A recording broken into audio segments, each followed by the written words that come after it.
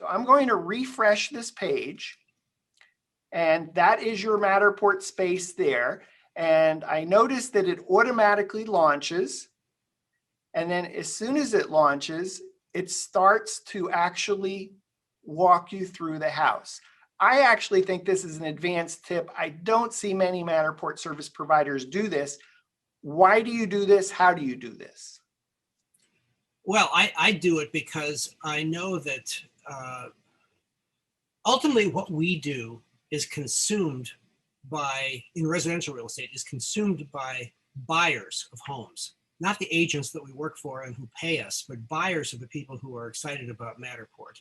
That's actually one of our, difficulties or challenges, if you will, because, we're paid by selling agents, listing agents, but it doesn't do as much for them as it does for the buyers. You would think that there shouldn't really be any difference, but because the cost of doing Matterport comes out of the pocket of the selling agent,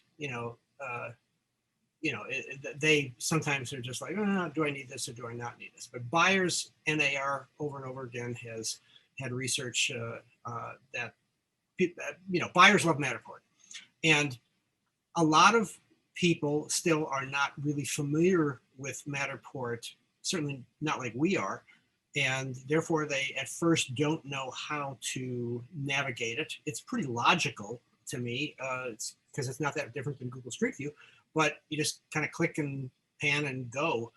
But if you have a programmed walkthrough like this, it not only shows them the house, but it also demonstrates, oh, you can move through from room to room, so forth. And then when the thing ends, or if they click on the screen and it stops and goes into manual mode, people understand. Oh, okay, it's kind of like Google Street View.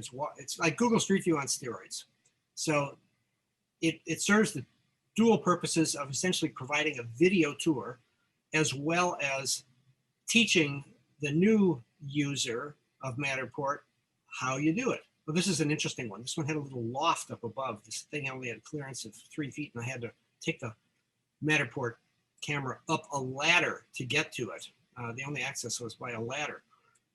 That was a lot of fun. So, nice house, so cool. How do you do that? Going up a ladder?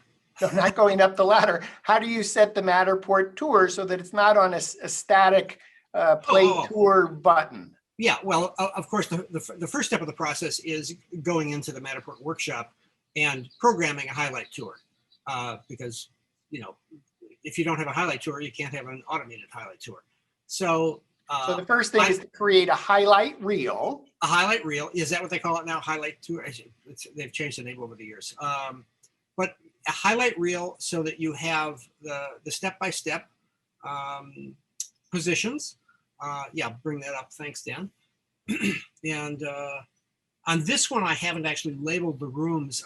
I'm developing the habit of doing that too, because each one of those little thumbnails at the bottom can say overview, dollhouse, front yard, living room, kitchen, so forth, which is a nice addition, because then someone can scroll back and forth all those thumbnails and just click into a given room if they want. I didn't do it on this one. But you program a highlight reel, and then when, for example, if you're just delivering a raw Matterport done, you add a parameter at the end of the Matterport URL. You use the ampersand, that thing that kind of squiggles around, and then after that, in lowercase letters, play equals #1, and that, if you have that on the end of your Matterport, once they open the Matterport, it will automatically start taking you through that reel like that. Anytime someone clicks within it, it pauses. You hit the play button to start it again, but it's pretty simple.